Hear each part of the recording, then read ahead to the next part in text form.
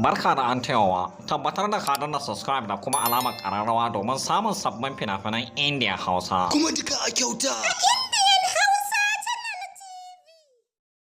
Komandan sojoji. Komandan sojoji kayataccen labari ne akan wani gawurtaccen jarumi wanda ya gawurta wajen salon iya yaki da fada da mugun taskare a tsakiyar daji. Kwamandan sojoji ya yi arangama ne da wani mugun shekani da ke cikin wani kauye bayan tallakawa rijiya da baya da ya yi a hannun 'yan Pakistan wajen zargin ya fada ne garinsu don kutse da leko musu asirin da ke garinsu. Kwamandan sojoji ya tsinci kanshi ne a Pakistan yayin da jirginsu ta tarwatse wajen hanyar zuwansu yaki.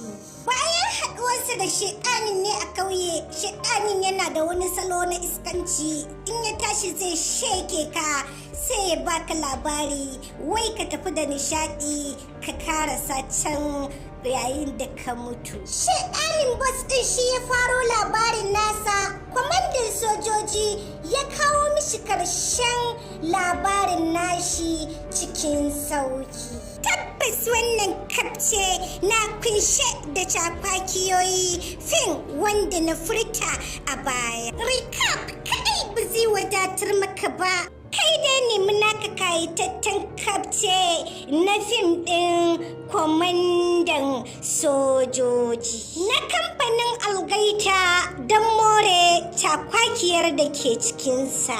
Kada ka manta idan wannan shine zuwanka karo na farko zuwa wannan tasha tamu mai albarka mai suna Indian Hausa Channel TV. Masoya ku danna mina subscribe da kuma alaman kararrawa don more fashin baki da ke cikinsa ko kuma in ce recap na fina-finan Indian fassarar Hausa. Kai dai kulla halaka da wannan channel tamu mai albarka don sanar da ku masoya da zara